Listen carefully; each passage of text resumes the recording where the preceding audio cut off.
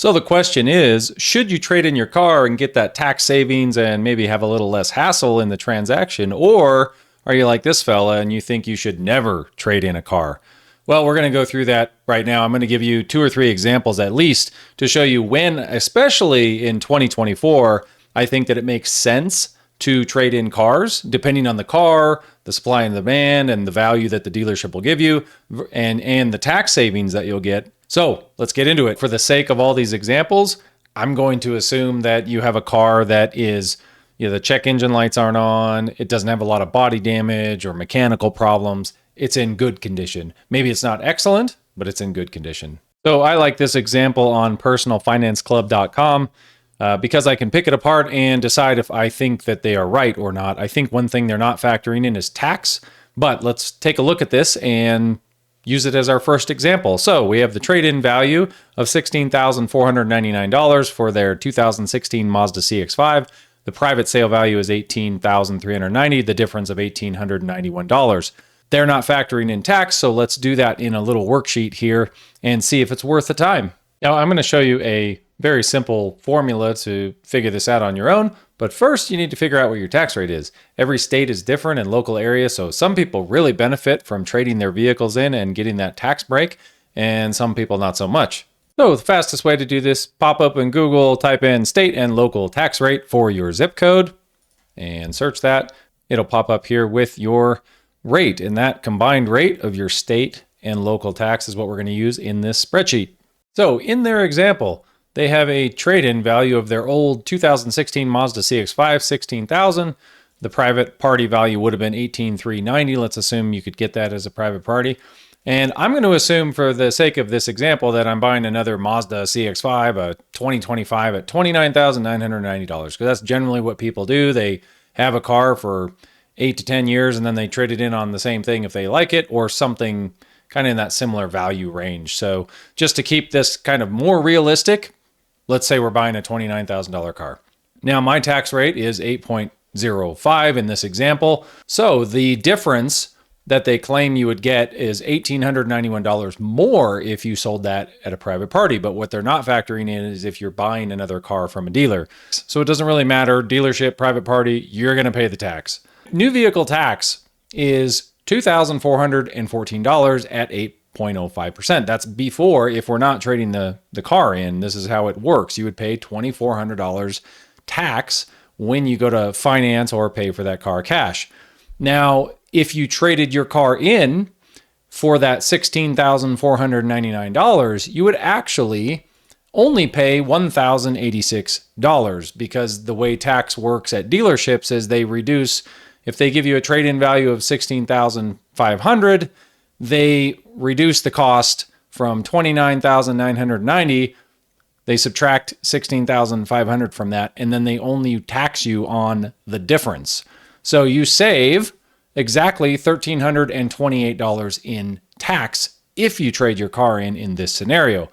So you would still make out better if you sold this as a private party. You might make $562 more, which it's not bad to save money. I'm not saying that's a bad thing, but it does change the perspective a little bit. With a private party sale, you have to make sure you don't have any issues with the car. You probably need to worry about inspections if you're back east. There's all sorts of things. It's a hassle. You have to check the money, make sure it's not counterfeit, or if someone's giving you a cashier's check, you got to meet and maybe get a notary at the bank. There's all sorts of things you have to do with a private sale.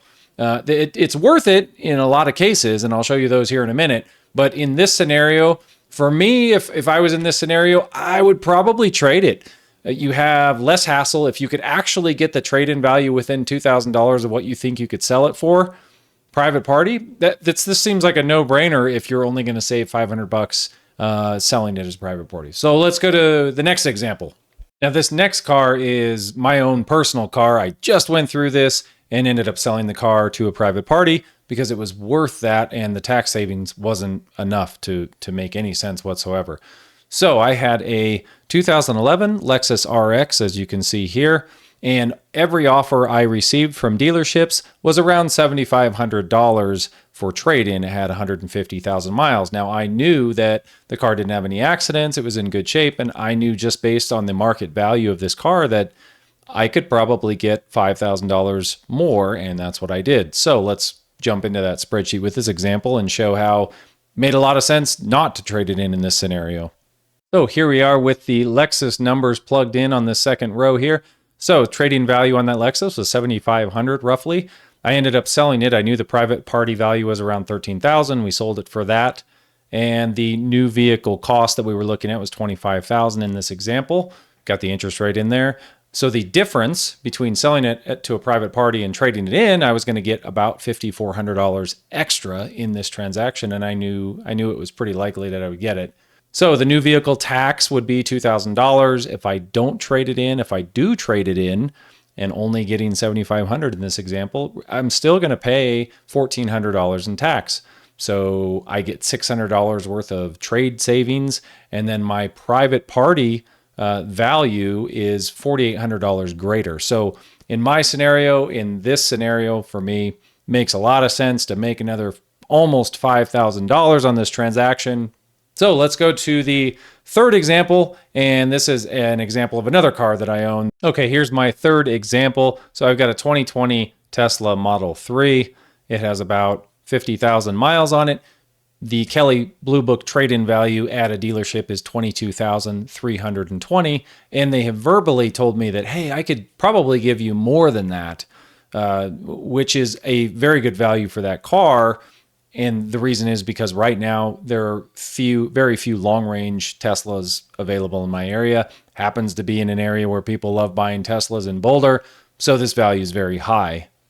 Now in this example with the Tesla, the private party range, it's roughly around $27,500.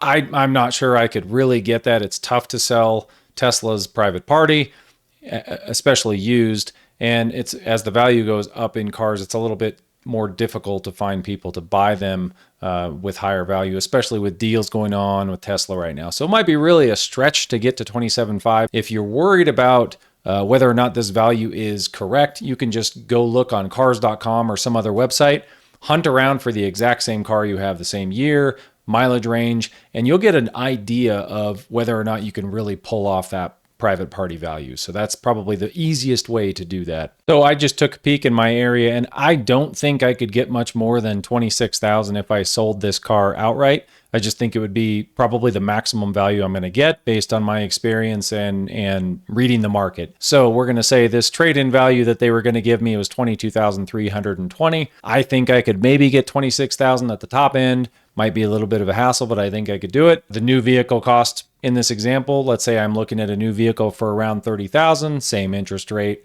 So my difference is about $3,680 if I sell this outright, I would get $3,600. So then I have my new vehicle tax of $2,400, and then my tax with trade-in gets reduced down to $618 because my trade-in, as your trade-in value goes up, obviously it's going to reduce your tax burden. So in this scenario, instead of paying $2,400 tax, I'm only paying $618.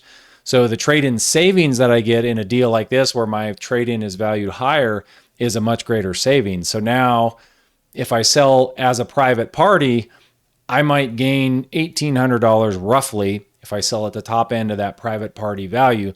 It's going to be more difficult to sell, but I think I could probably still do it. So this one's a tough one. It's kind of a tough call in the middle. So one last way you can look at these numbers is just imagine this Tesla number of $22,320. That's what someone would give me, right? That's what someone would give me as a trade-in, but my trade-in savings on tax is $1,700.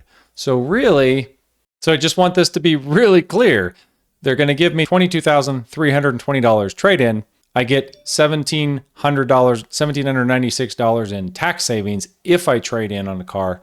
So that's kind of the equivalent of me getting $24,116 if I sold it outright. So if you think of it that way, just add your tax savings on to whatever the trade-in value is that you're getting quoted.